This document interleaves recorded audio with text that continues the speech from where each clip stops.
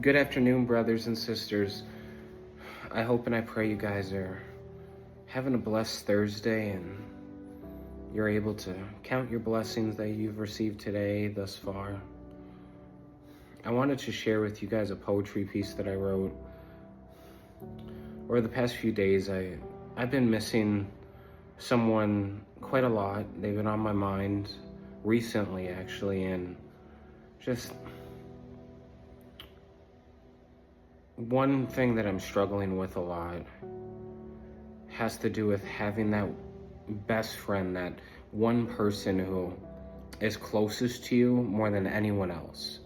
They're that person in your life who knows you better than you know yourself, almost, to where you don't need to speak. They already know what you're gonna say. They already know what you wanna say. Before you even say a word, they already know what you're going to say, period. And they probably could just match word for word at the same time that you speak. They know you that well. Having that kind of best friend who you can text at 2 a.m. and be like, hey, you up? I need to talk. And you call them, and the next thing you know, you've talked for 2-3 hours and it's 5 a.m. and you're like, oh geez, I have to go to work in a couple hours. I miss having that kind of friend in my life, that best friend who's like family rather than a friend, that they're like your brother or sister. And for me in my life, family, at least for me, was never about blood, never was about having the same last name. Family, at least what I've known, what my experience has been, is family is who you make it. They don't need to look like you, they don't need to talk like you, they don't need to believe what you believe. Rather, when someone's family, that means they're ride or die. And like I said, they can be completely different than you, whether it's complexion, religion, politics, whatever it is. That if they're your best friend, if they're family, you and that person know that nothing's gonna get in between of you guys having each other's backs. That's what family is for me. And this person was that. I don't know if any of you brothers and sisters can relate to this. Hopefully you can when I read this poetry piece to you. And and I want to make sure you guys understand that 100% I agree, and I know that having that relationship with Jesus Christ, who also is your best friend, is your mentor, is your Messiah, is your Lord and Savior, King of Kings, your teacher, your mentor, having that relationship with him to where you go to him, you speak your mind, you speak your truth, you speak what's in your heart, and you're honest with him, and you know that he is able to relate to you and understand and empathize with you because he's been through it, so he knows what you're feeling, what you're going through. And that relationship is beautiful. Everyone should have that kind of relationship with Christ, absolutely. And so I'm not talking about that. I'm talking about when it comes to us living as human beings, when it comes to our mortal life, that one aspect of having a fulfilling life, of being happy, of finding joy, finding peace. A part of that is being able to surround yourself with people who sincerely, genuinely care and love you. Whether it's family, like, blood, mom, dad, sister, cousins, uncles, aunties,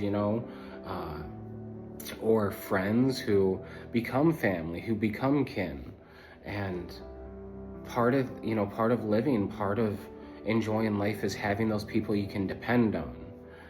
And so that's what we're talking about today, is having that person, at least one person in your life who you can depend on, to where, if you have too many, if you have too many drinks at the bar, or if you go out with your girlfriends and you have one too many, and you can't drive, and you don't feel safe having someone else drive you, or getting an Uber or a Lyft because you don't know who that person is, you could feel unsafe. Being able to have that one best friend, that one person, you can be like, yo, I'm at so-and-so, I'm at this bar, I'm at this club, I'm hanging out at this lounge. Can you come pick me up? And you know 100% they're going to pick you up. It's having that kind of relationship with someone to where, like I said earlier, they're ride or die. They got you. And they're going to endure till the end with you. I miss having that type of relationship in my life. I do. And what this poetry piece I wrote about this person, that's what I had with them, to where I felt safe when I was with them. I felt understood. Not only did I feel complete, but I felt at peace. And I knew they understood me. They understood my weaknesses, my flaws, my scars, and the things I'm good at, the things that, my qualities that are uplifting, are full of life and joy. But most importantly, I knew that they understood those flaws of mine, whether it's substance abuse, relapsing, cravings, hallucinations, paranoia, delusions, schizophrenia, bipolar, mania, all of that. Suicidal idealization, self-harm. They understood, even if they didn't understand that stuff completely, they were there for me. Even if it meant they didn't quite see eye to eye, they couldn't feel what I feel, they were able to sit with me and comfort me, embrace me. I could feel their arms wrap around me and just feel their warmth of our bodies just being joined, together. I miss that. I miss having that. I miss having that in my life. I do. So, I'm going to read what I wrote to you guys. The title is called The Hollow Where You Used to Breathe. Again, the title is called The Hollow Where You Used to Breathe. So here we go. Part 1. I woke up to silence, but not the peaceful kind. The kind that echoes through the ribs, a hollow drumbeat of absence. There's a space beside me in the morning light that coffee can't fill, and even prayer feels quiet in. There are no messages waiting, no good mornings dressed in warmth, just me staring at a screen, like a man hoping to resurrect a ghost, with memory alone. I miss the way time used to bend when you were near, how even the dullest days held fireflies in jars, how laughter once curled on the edges of your voice, like ribbon on a present you didn't know you gave me. Today is one of those days where the world moves on, but I stay behind, knees dragging through memory, trying to piece together the color of your eyes in sunlight, from shadows and dreams. Part 2. I went for a walk today, hoping the breeze would lie to me, tell me you're around the next corner or just one prayer away. But the wind had no mercy. It only reminded me of the way your hair would tangle when you danced barefoot in my thoughts, how your laughter once became my favorite form of music. Every girl who walks by is not you. Every song on the radio isn't ours. But still, I hear you in the static, in the melody, in the silence that dares to stretch, where you once sang. I looked at the sky today and wondered if you still stargaze, if the constellations remember the promises we didn't know we were making, if Orion still stands watch over the nights we can't return to. I'm not drowning, not today, but I am treading water in your name, hoping you feel even a ripple wherever you are. Part 3. I miss the version of myself I was when you believed in me, when your faith in me pushed back the shadows, even on days my mind was its own battlefield. I miss not having to explain the storms I carry, because you knew when to stand in the rain with me, and when to hand me the umbrella without saying a word. I miss the sense of safety, of something worth fighting for. And yeah, I know you're not mine to hold, but that doesn't stop the ache from carving your initials in my ribs. So tonight I'll sit in this quiet, in the ache that knows your footsteps by heart, and pray to the God who still listens, that he keeps you warm, keeps you loved, keeps you dreaming. Because no matter how far the road winds between us, part of me will always leave the porch light on, just in case, if you ever want to come home to the hollow where you used to breathe.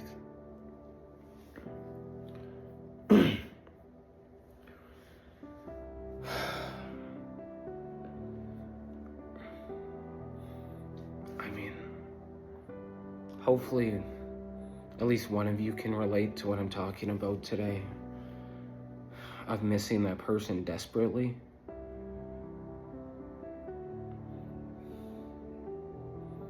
Because you miss those times to where they knew exactly how to make you laugh, how to make you smile when you're having a tough day. They knew exactly which terrible dad joke that you would laugh at because it's so ridiculously stupid, but you still laugh at it. They know that when they dance,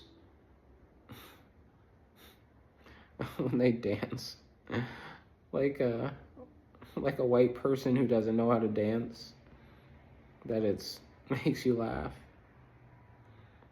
Makes me think about in grade school and high school. I was so awkward at dances because I didn't know how to dance. I was just that awkward white kid who just kind of hung by the wall and was just awkward and just, drinking lemonade and soda and whatever they had to serve, and I would watch everyone else dance because I didn't want to make a fool out of myself. But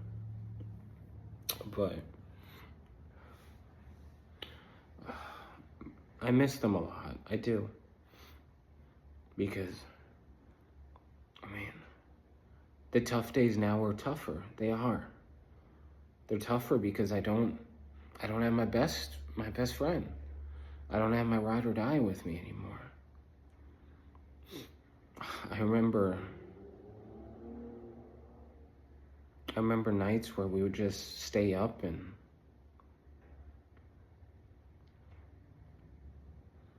we wouldn't even necessarily have to speak. We would just be together, and they would do their words, what are they called? Not word finds, but what are they called? Word searches? No, I don't know. I forgot what the name is called, but they would do their little booklet game thing. That's gonna bug me now. A word find? No. Crossword? No. I don't know, but we would just be sitting there and we wouldn't necessarily speak. We would just feel each other's presence, and sometimes they would, run their hands through my hair, or they would, rub my cheek, or, kiss me on the forehead, and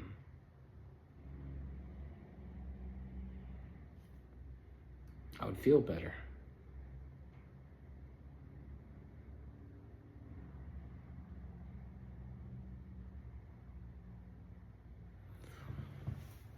I miss him a lot.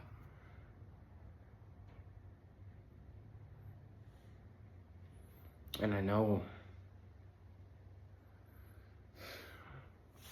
and I guess the hardest thing is knowing that most of the blame is on me. Why we're not together, we're not friends anymore, because it was me. And that's probably the hardest thing to face. That's where the shame and regret come into play sometimes, is when you know you're the one at fault for the distance, for the breakup, for the boundary to where that person doesn't trust you or care about you like they used to, when you were the cause of that. It hurts.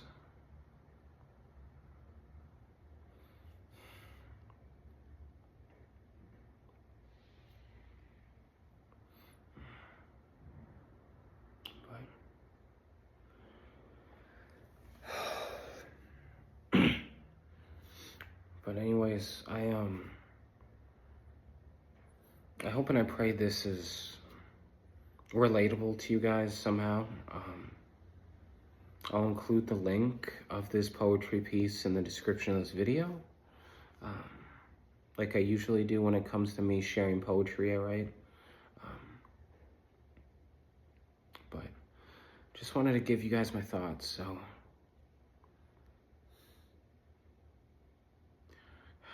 I miss them a lot, I do. They honestly, they were the only person that knew me.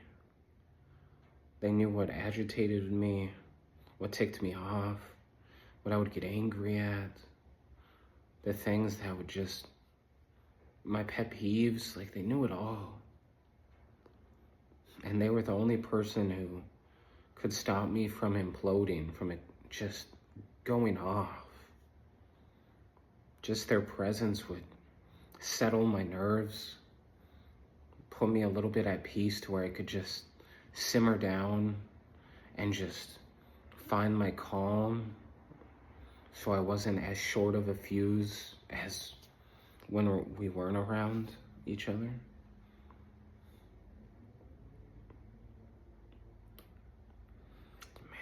I miss you so much. But anyways, guys, I hope and I pray you guys are having a good day and that your evening goes well. I just want to say that I love each and every one of you. From the bottom of my heart, you know, just the love I have for you is unmeasurable. It is.